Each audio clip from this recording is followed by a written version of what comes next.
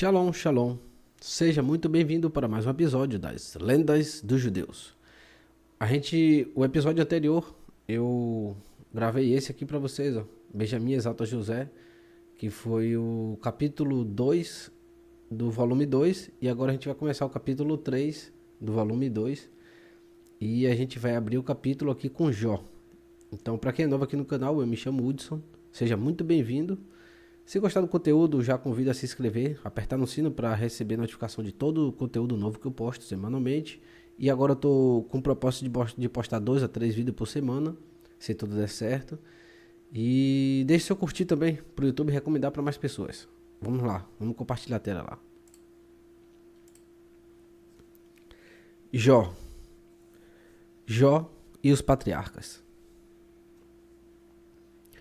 Jó, o gentio mais piedoso que já viveu, um dos poucos a ostentar o título de honra, o servo de Deus, era de parentesco duplo com Jacó.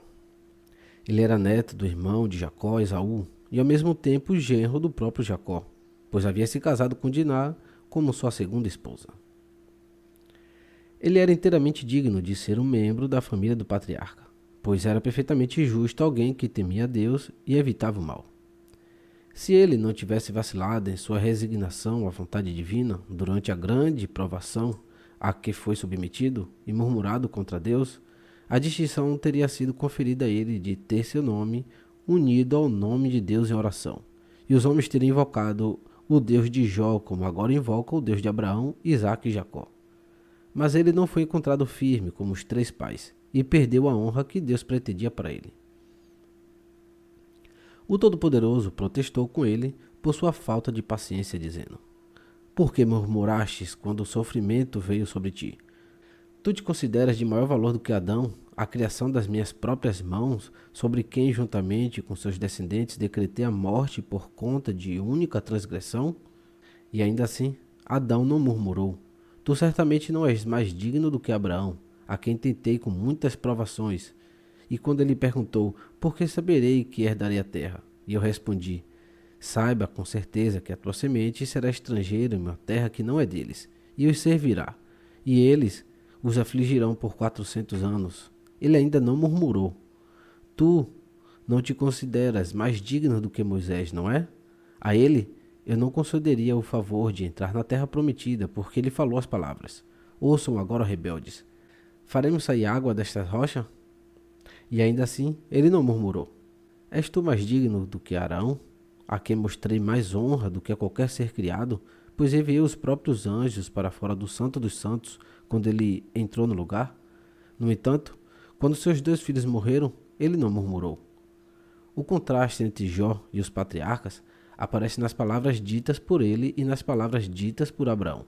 Dirigindo-se a Deus, Abraão disse: Longe de ti fazer tal coisa, matar o justo com o ímpio, para que assim o justo seja como o ímpio.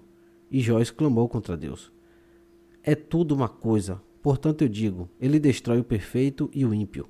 Ambos receberam sua devida recompensa. Abraão foi recompensado, e Jó foi punido. Convencido de que seu sofrimento era imerecido e injusto, Jó teve a audácia de dizer a Deus: Ó Criador do mundo, tu criaste o boi com pés fendidos e o jumento com casco íntegro.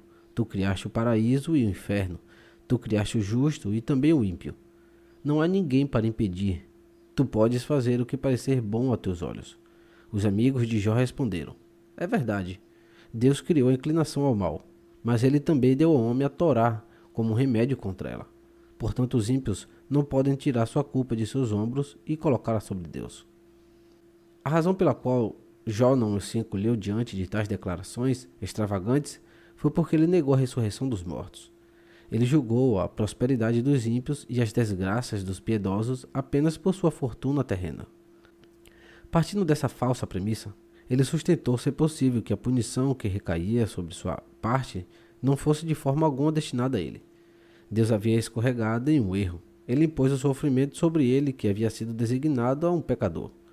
Mas Deus falou com ele dizendo: Muitos cabelos eu criei sobre a cabeça do homem, mas cada cabelo tem seu próprio saco, pois se 2 cabelos extraíssem sua nutrição do mesmo saco, o homem perderia a visão de seus olhos. Nunca aconteceu que um saco tenha sido extraviado. Deveria eu, então, ter confundido Jó com outro? Deixei muitas gotas de chuva descerem dos céus, e para cada gota há um molde nas nuvens, pois se duas gotas saíssem do mesmo molde, o solo ficaria tão lamacento que não poderia produzir nenhum crescimento. Nunca aconteceu que o molde tenha sido extraviado. Deveria eu então ser confundido Jó com outro?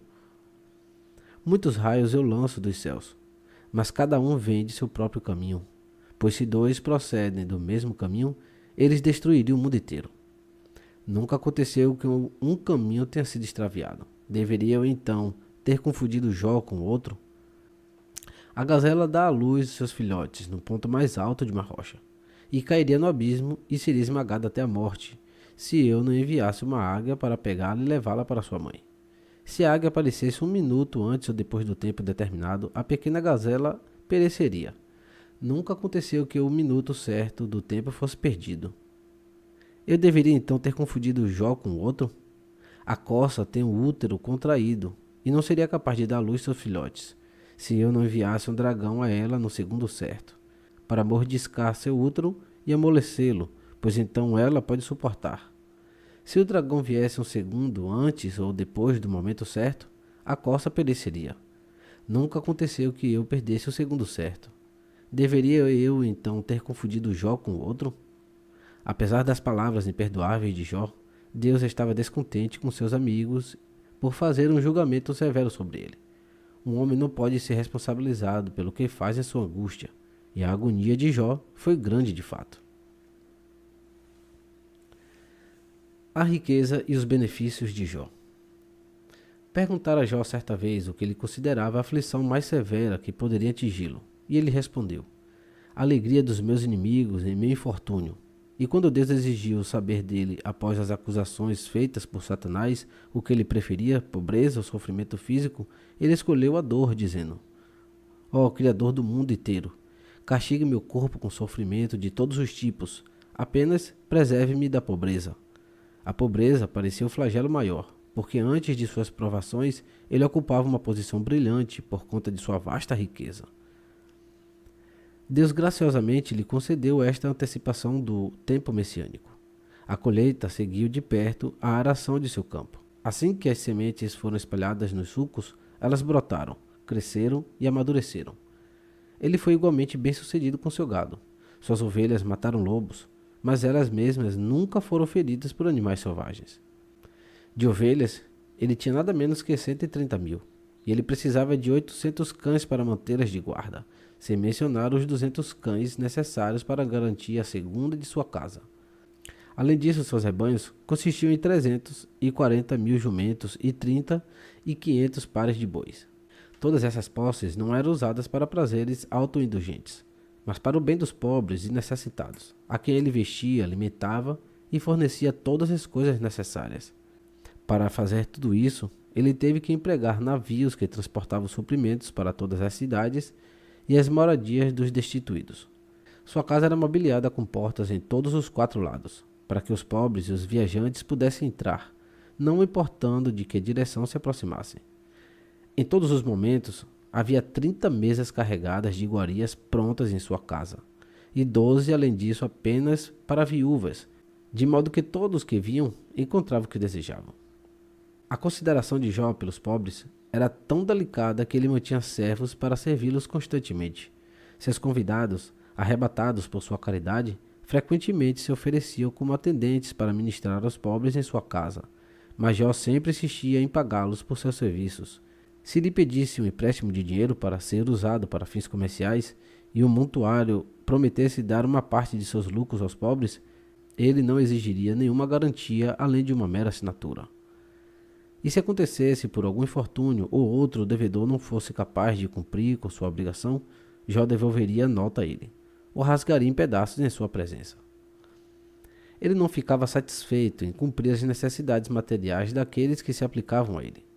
Ele também se esforçava para transmitir o conhecimento de Deus a eles. Depois de uma refeição, ele tinha o hábito de ter música tocada em instrumentos, e então ele considerava os presentes para se juntarem a ele em canções de louvor a Deus.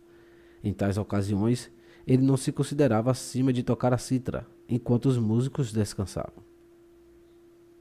Mais particularmente, Jó se preocupava com o bem-estar e o sofrimento das viúvas e dos órfãos.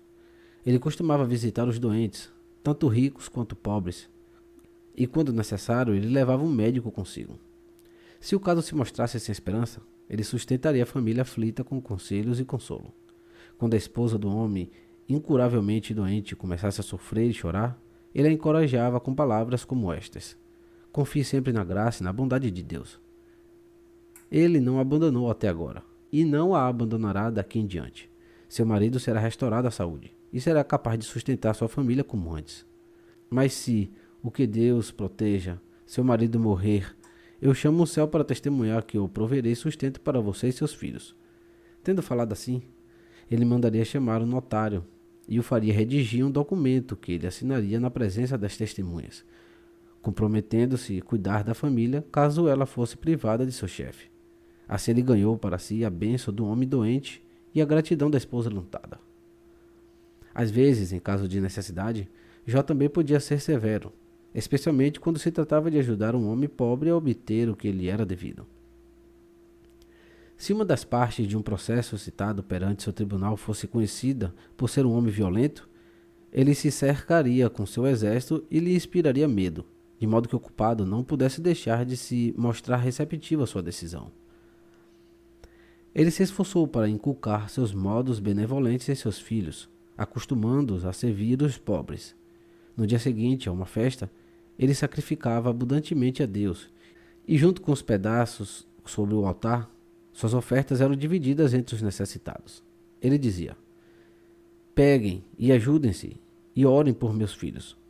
Pode ser que eles tenham pecado e renunciado a Deus, dizendo na presunção de seus corações: somos filhos deste homem rico, todas essas coisas são nossas posses.